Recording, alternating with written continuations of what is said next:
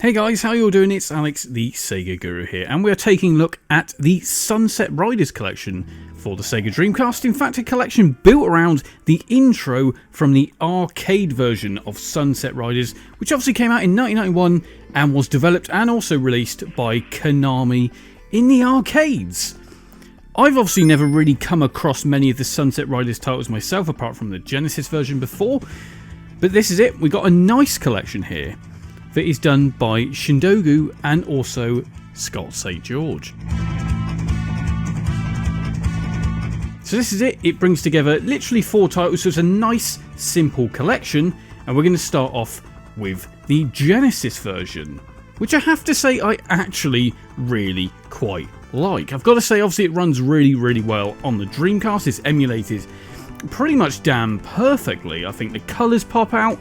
The way it actually runs, there's no real sort of dip in performance here, and actually feels very, very natural on the Dreamcast controller.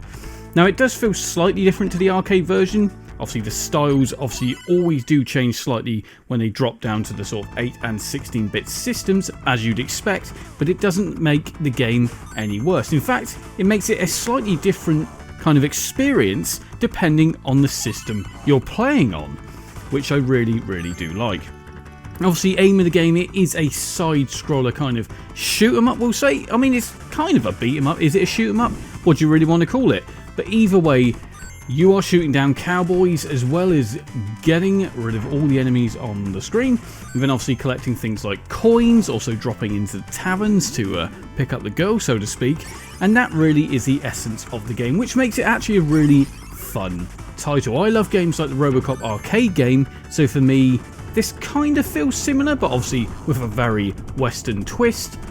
I love it, it's easy to use, sounds great, as well as that, you can save your progress, look at the controls, and obviously exit back to the menu as well.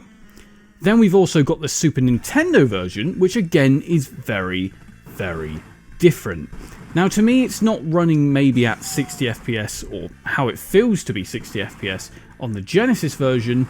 It just feels that little tiny bit slower, but not a huge amount. And to be fair, there's no audio issues here at all. And as you can tell, it's a totally different game, a totally different experience on a different system. I actually quite liked it when it used to do this on the older systems. They always would release it in a different way. Like we had Lost World on the PlayStation 1, then you had a Genesis version of Lost World, and it was a totally different and unique experience. And I do quite like that. As well as that, we've actually got a really well-made Beats of Rage here called Zombie West. And to be fair, I really like the character select screen. It even gives you the controls, which is great. You've even got cutscenes here, which really do add to the experience.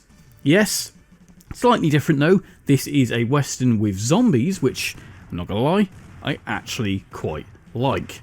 As well as this, you do actually pick up different weaponry. So yes, you do start off with the single shooter, so to speak, but as you do go along the way, you do also pick up dual shooters, which does make it that much easier when coming up against enemies. Yes, they're going to throw dynamite at you, and yes, they're zombies, so they're going to take quite a bit to take down, but I really, really like this.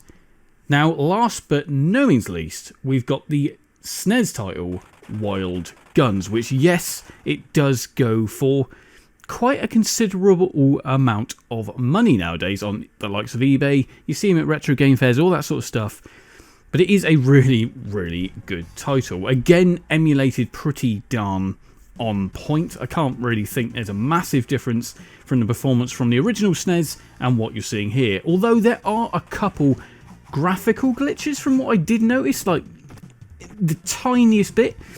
But yes, doesn't make this still a really, really fun game to play. I actually think this is a really good collection. It's so simple, and it's just got that Western genre all covered. Let me know what you guys think though. As always, do check it out. Check out my Discord for all the links and Dreamcast Talk. Like, comment and subscribe. It's Alex signing out.